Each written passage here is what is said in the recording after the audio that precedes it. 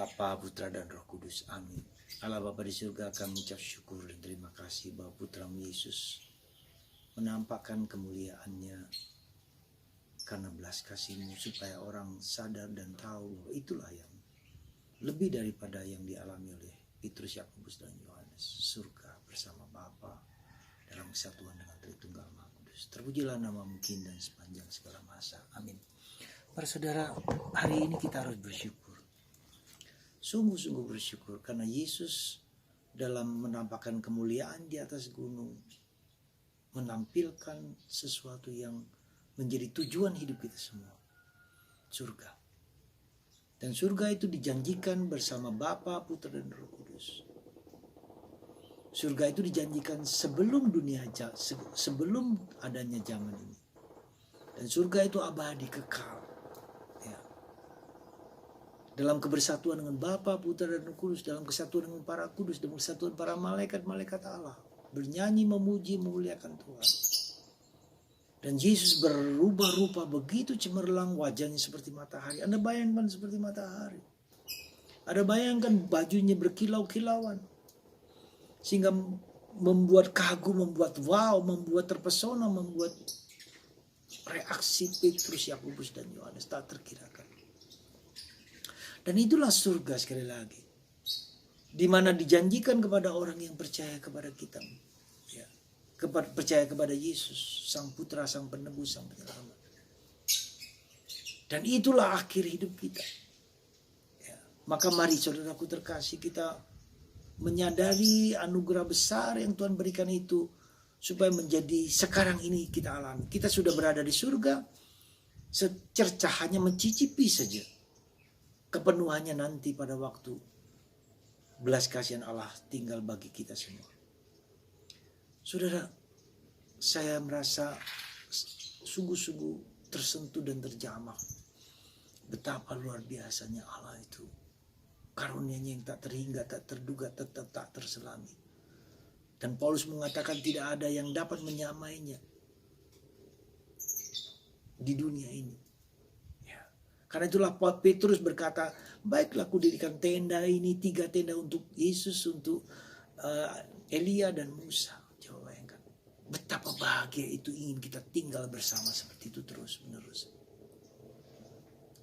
Saudaraku terkasih dalam Kristus, itu dapat terjadi karena kerinduan hati manusia yang Tuhan tanam dalam diri kita, supaya kita mencari Tuhan. Tuhan adalah mempelai kekasih hati kita, kekasih jiwa kita.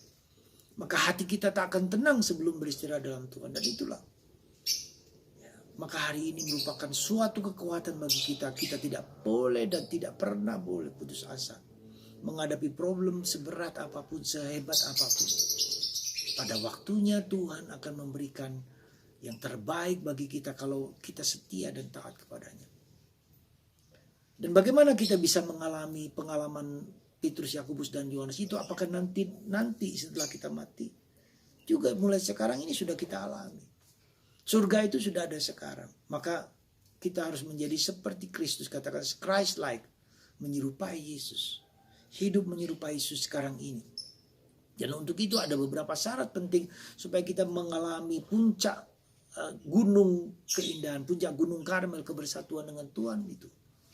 Caranya apa? Pertama, kita harus mendaki gunung, mendaki perjuangan, mendaki berarti melepaskan segala beban-beban dosa, melepaskan segala keterikatan-keterikatan terhadap segala sesuatu yang menghambat saya naik ke atas gunung. Ada 7 dosa yang harus kita sadari sungguh-sungguh sebagai bagian dari proses perjuangan kita. Kesombongan. Siapa yang tidak sombong? Anda, saya, para pastor, para suster, siapapun dalam kesombongan. Kemalasan, kita juga malas, bukan hanya malas bekerja, mungkin malas berdoa, mungkin malas kita berkorban untuk memperbaiki diri kita, memperbaiki keluarga kita. Malas, amarah. Siapa yang tidak pernah marah? Kita semua marah, kebencian, ketakutan, kecemasan, dan seterusnya. Kemarahan terhadap situasi, kemarahan terhadap orang tertentu. Cabul, siapa yang tidak punya pikiran yang ngeres ya? Kita semua punya. Kemudian kita juga iri hati. Berapa kali kita iri pada orang yang sukses, berapa iri hati pada orang yang berhasil, kita juga iri.